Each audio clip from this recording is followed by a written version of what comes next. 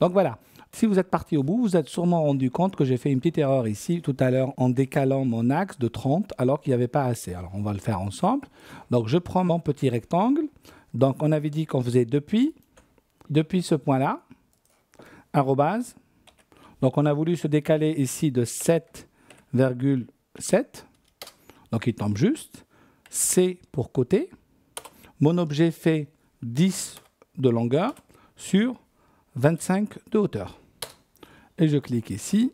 Ah là là là là, on a un petit problème. C'est assez court. Eh bien, on a appris à faire étirement. Ça permet de corriger ce genre d'erreur. Alors, étirer. L'étirement se fait toujours de droite à gauche. Par contre, ici, je n'ai pas besoin d'étirer le rectangle. Donc, avec majuscule, je vais retirer mon rectangle du jeu d'étirement. Entrée. On a fait 30. Ben, on va augmenter maintenant, par exemple, de 15 vers le haut. Alors, on active ortho, donc c'est F8. Et on tire 15 vers le haut, par exemple. Et voilà, on est bon. Ça fait même un peu beaucoup, mais pourquoi pas, on va le garder comme ça. Alors, une fois que j'ai corrigé mon parcellaire, je vais tout simplement refaire du réseau sur ma parcelle. Donc, on est toujours en réseau rectangulaire. Choix de l'objet, c'est celui-là. Je valide. Je veux combien de colonnes? 1, 2, 3, 4, 5, 6, 7, 8, 9. 9 colonnes. Mon décalage de colonnes va être de là à là, donc exactement de 10. Aperçu, on est bon, je fais entrer. Je peux faire les autres par miroir. Je vais faire un miroir en prenant par exemple ici un certain nombre. De ce point-là à ce point-là, je valide. Alors on peut toujours faire ajuster, j'en ai fait un peu trop, vous voyez, c'est pas très important parce qu'on pourra toujours corriger cet élément-là. L'élément important maintenant, puisqu'on a fait tous les parcelles, sauf les parcelles qui sont ici, sur cette rue, à 21 degrés 5. Alors pour les faire, ce n'est pas beaucoup plus compliqué.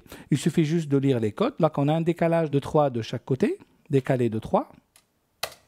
Donc je décale cet objet-là de 3 et celui-là de 3. Je zoome en utilisant la molette. On agrandit ici, on arrive. On a la largeur de la parcelle, donc on va décaler ici de 11 de cet objet-là. Alors, je ne décale pas de 23 dans ce sens-là, parce que si je venais à le faire, je vais le faire de 23. Il va le décaler parallèle à. Et du coup, je n'aurai pas la cote de 23 de cette droite-là. Si nous mesurons cette droite-là, elle ne fera pas 23, mais elle fera 24,8, parce que l'objet a été décalé perpendiculairement à. N'oubliez pas que décaler se fait toujours décaler perpendiculaire à. Donc, j'annule, je fais CTRL-Z pour annuler les opérations dernières. Ce que je vais faire, c'est que je trace une ligne qui part de ce point-là, qui arrive perpendiculairement à celui-là, et c'est cette droite-là qu'on va déplacer de 23 vers le haut.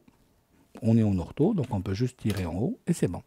Alors, ce que nous allons faire maintenant, c'est un chanfrein à 0, 0, 0, c'est bien, et je fais faire, alors je peux faire un multiple pour M, et je vais dessiner ma parcelle.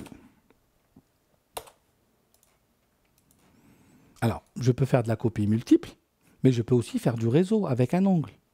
Réseau, rectangulaire, choix de l'objet, c'est celui-là. Je valide.